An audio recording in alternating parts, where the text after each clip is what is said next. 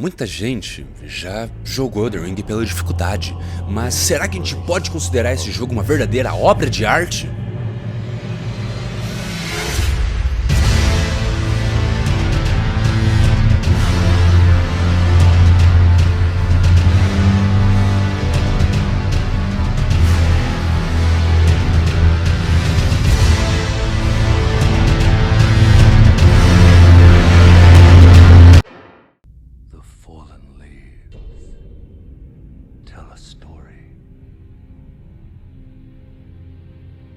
Elden Ring é um jogo que lançou em 2022 de uma colaboração entre George R. R. Martin e Hidetaka Miyazaki. Quer dizer, é mais o contrário do que isso que eu disse.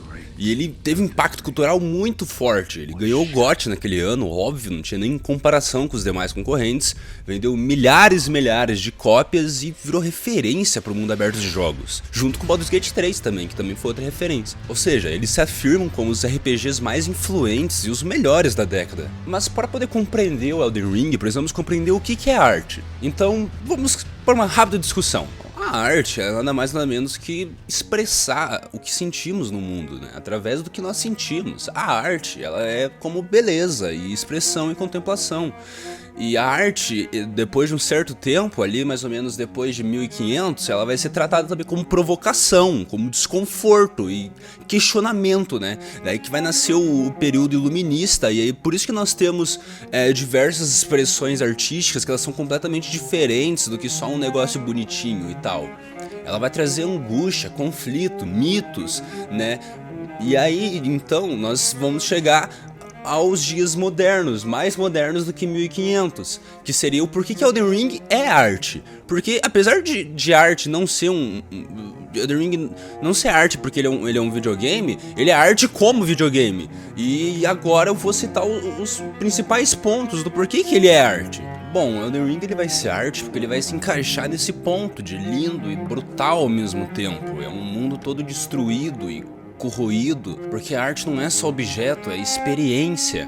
E a linguagem própria do meio, né, que aqui vai ser comunicada pela exploração, pelo silêncio, pela repetição, pela morte, fracasso, você fracassar no boss porque é um jogo difícil, os jogos Souls eles são difíceis e por isso que você vai ter essa experiência de voltar e vai ter aquela liberdade de gritar quando você consegue passar, que nem o Kai Cenat jogando. Aqui a narrativa ela não vai ser contada, ela vai ser vivida.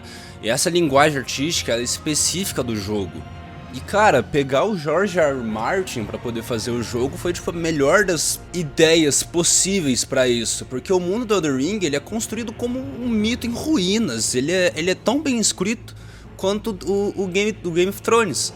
E aí temos deuses ausentes e quebrados, representando talvez a depressão, temos corpos deformados, temos paisagens belas, porém elas estão vazias, porque a proposta é ter essa estética vazia e tudo destruído. É lindo, as grandes montanhas elas são contemplativas e temos corrupção dentro desse mundo e você percebe isso porque já tá tudo destruído já.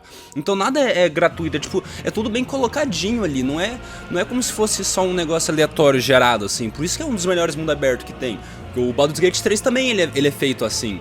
E a falência da ordem é que, cara, se você pegar a lore, você vai entender o que eu tô falando, porque é um negócio muito lindo, assim, é tudo fragmentado, e você ir atrás de descobrir essas coisas é quase uma mitologia igual do Tolkien, sabe? E aí essa narrativa contemplativa do Elden Ring é o que vai fazer ele ser uma obra de arte. É você olhar para esse mundo e ver uma análise nietzschiana ali de decadência, né, da vontade do ser ali, porque todo mundo morreu já e então o Elden Ring ele vai se aproximar muito da literatura nesse quesito, até do Kafka ali. Para quem já leu a Metamorfose vai entender o que eu tô falando, porque é um livro que nem todo mundo lê, mas vai entender o que eu tô falando. Você vai ver, é um mundo onde as pessoas já estão tudo destruídas já, e você ter vontade de viver nesse mundo cara, é outra coisa.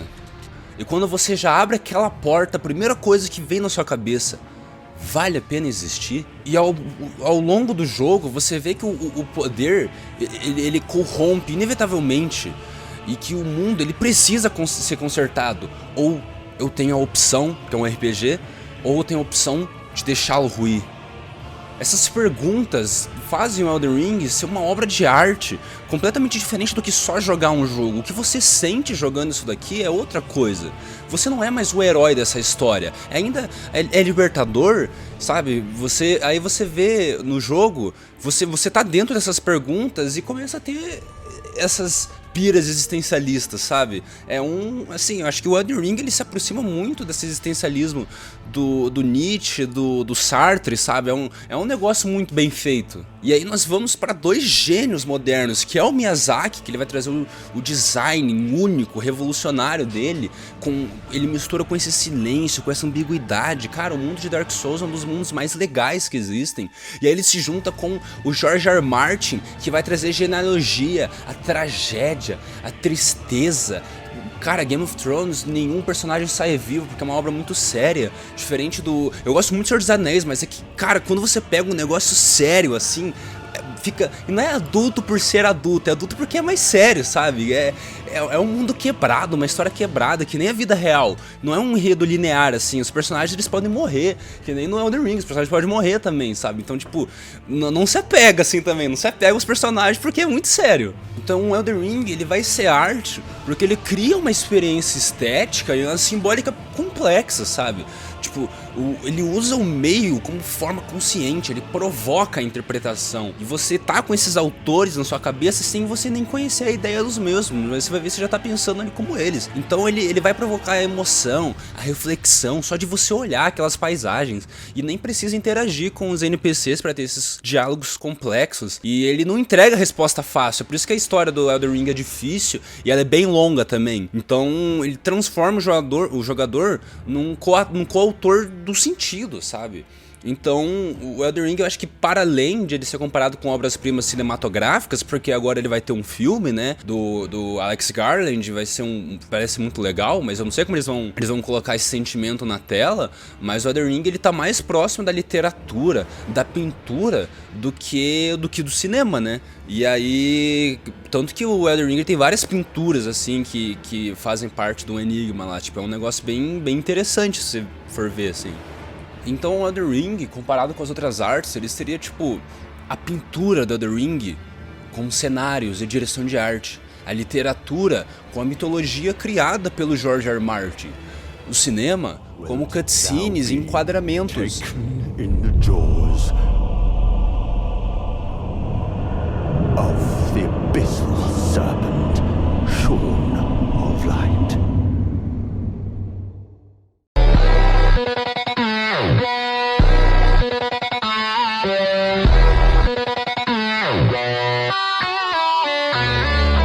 Porém, o grande contraponto disso é o que eu vou trazer na minha visão crítica agora, porque o Elden Ring ele apresenta tudo isso, porém as pessoas hoje em dia, elas não veem o videogame como uma obra de arte, eles veem como entretenimento, né? Tanto que é uma visão meio polêmica, assim.